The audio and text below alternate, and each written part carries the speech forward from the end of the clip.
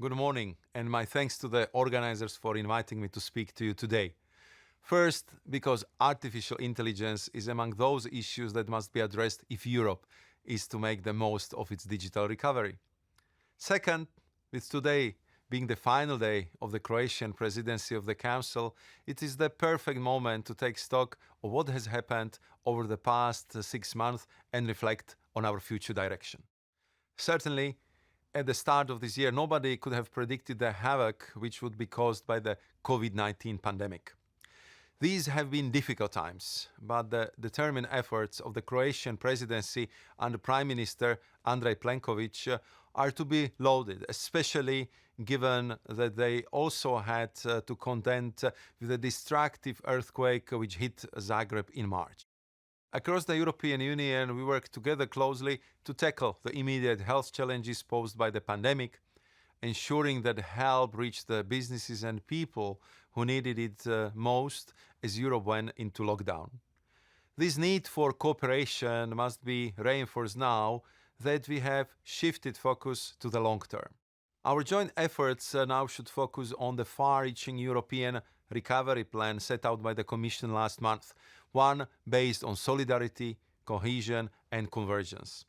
It aims to kickstart the European economy, boost the twin green and digital transition, and make Europe more resilient. Our proposals are based on an emergency European recovery instrument, Next Generation EU, amounting to 750 billion euros, as well as a reinforced multi-annual financial framework. In total, the leverage effect of these measures is set to generate an estimated total investment of 3.1 trillion euros. What is needed now is true leadership. Only swift political agreement can inject the necessary dynamism into recovery and long-term modernization of our economies. And only swift political agreement can send a clear message that Europe delivers and people and businesses can rely on our actions as well as on our words. But it is also important that we use this money wisely. The pandemic has not only left a trail of human suffering and economic devastation in its wake, it has also forced us to rethink how we need to plan for the future. That means learning and integrating the lessons from the crisis to respond effectively to a rapidly changing and increasingly volatile world. It means a paradigm shift in the way we do policy, carrying out an honest assessment of shortcomings so we can transform our vulnerabilities into opportunities. And it means that our actions should forge greater resilience in the EU and our member states. Our aim is not simply to bounce back to our pre-crisis state, but to advance towards the climate-neutral, digital, and the more resilient future. And this, in my view, is a core condition for a successful recovery.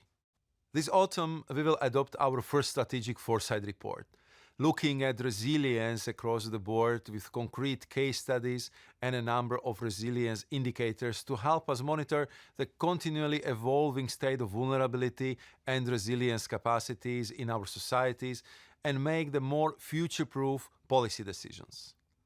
For example, the corona crisis has further highlighted the pressing need for Europe to bolster its strategic autonomy by building competitive, sustainable and resilient industrial value chains in key sectors, including the raw materials critical to game-changing clean and digital technologies.